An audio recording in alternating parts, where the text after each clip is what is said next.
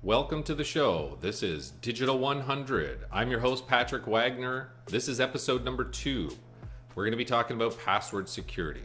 I know this is probably everyone's favorite topic.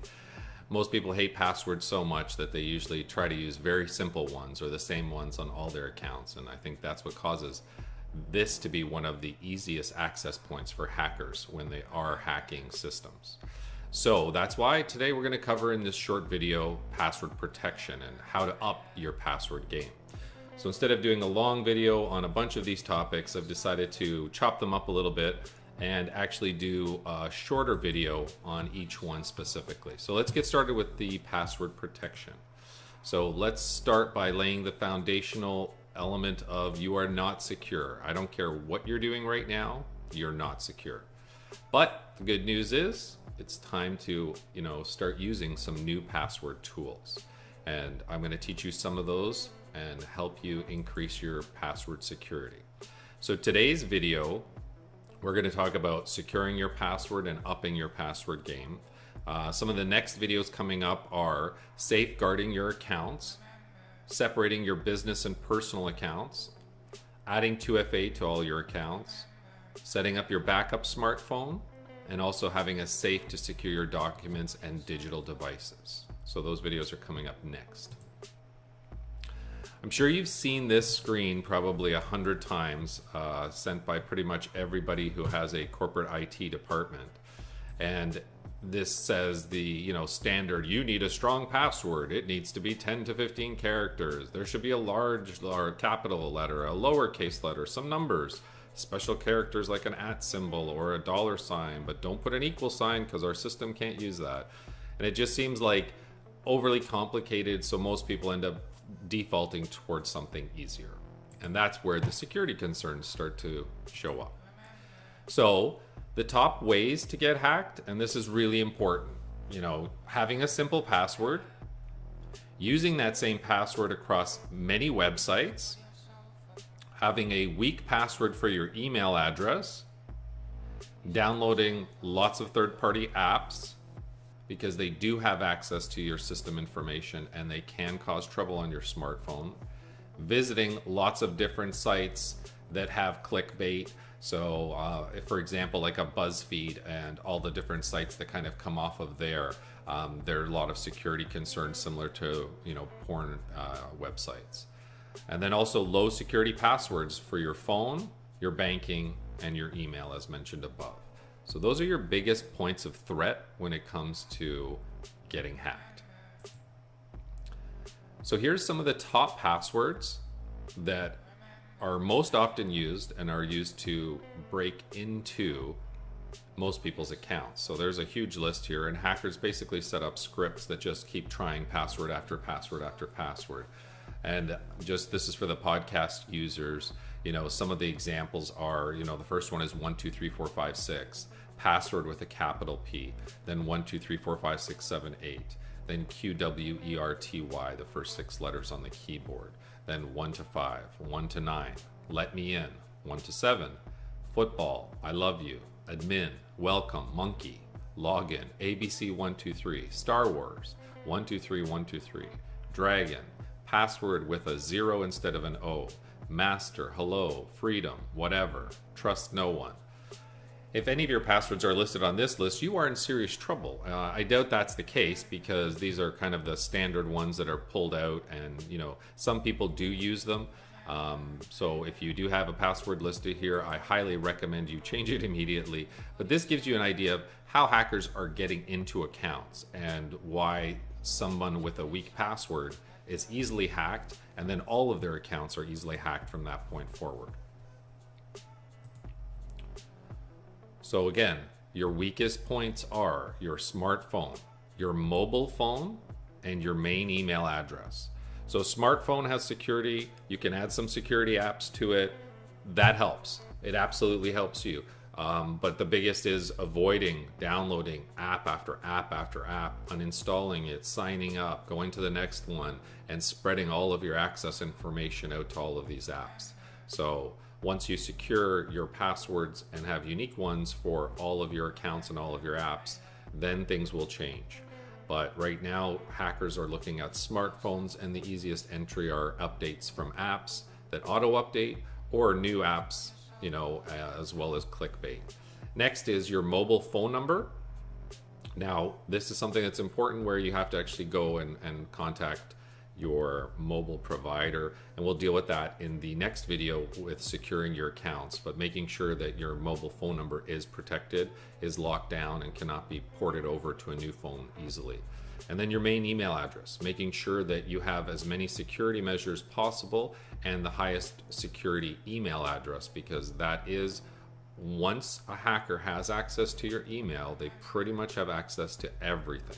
And so it's incredibly important to protect both that phone number on your phone and your email address first and foremost to be secure. Next, I'm going to talk about a little bit about, all the different company websites out there that have been hacked over the last few years. As you can see, Starbucks, Equifax, Yahoo, Target, eBay, Apple, Uber, Home Depot, and many hacked government websites.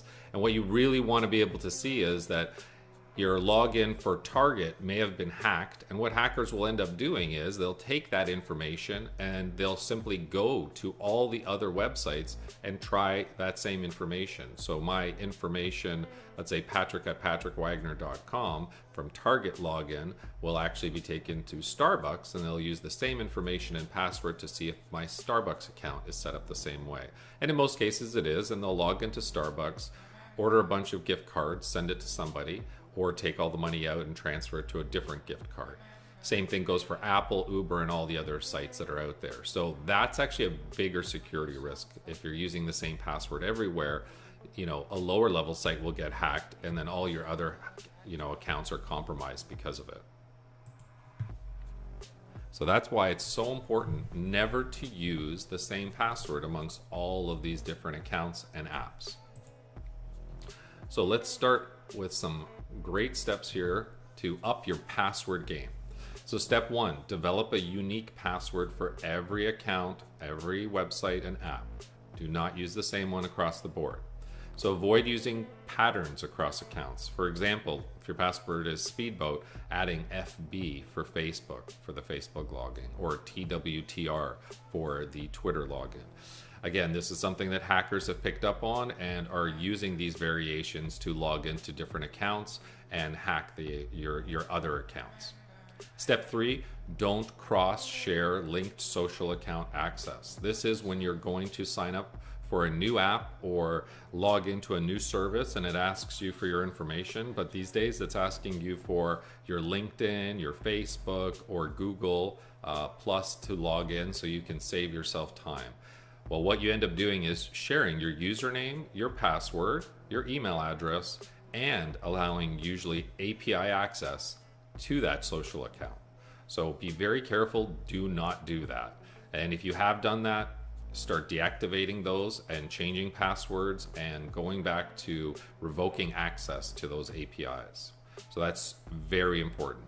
A small password tip is leave personal interests out of passwords. So if you like chocolate chip ice cream or Porsches or Ferraris, please don't put that into your password.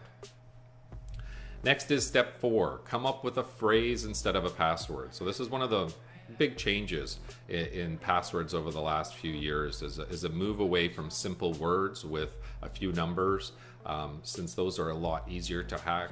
At this point, the advice is to use a phrase and come up with something. So for example, I used capital W for will I swim, the number 2, and the rest of the word today. So today at 4 p.m. ?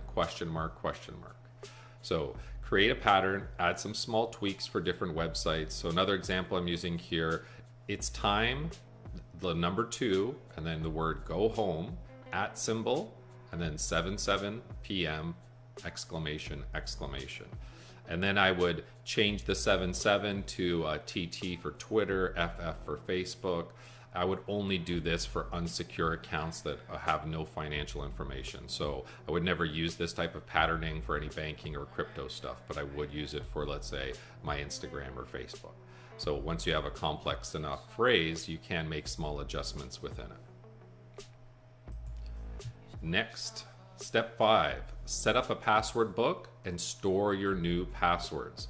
This is so important. Everyone grabs scrap pieces of paper or, puts something on Excel and then saves an Excel file or a notepad file somewhere. Very not secure and doesn't work. You need an actual book. You need to buy a password book. If you don't have access to a simple book, you can buy one off of Amazon. I'll include a link here. It's called the Silk Road Internet Address and Password Logbook. You need to have that. You need to have that set up and you need to be writing all your passwords out there, and then put that password book into a waterproof and fireproof safe. For those who want additional access, I recommend making a photocopy of that book and those passwords and keeping them off-site as well.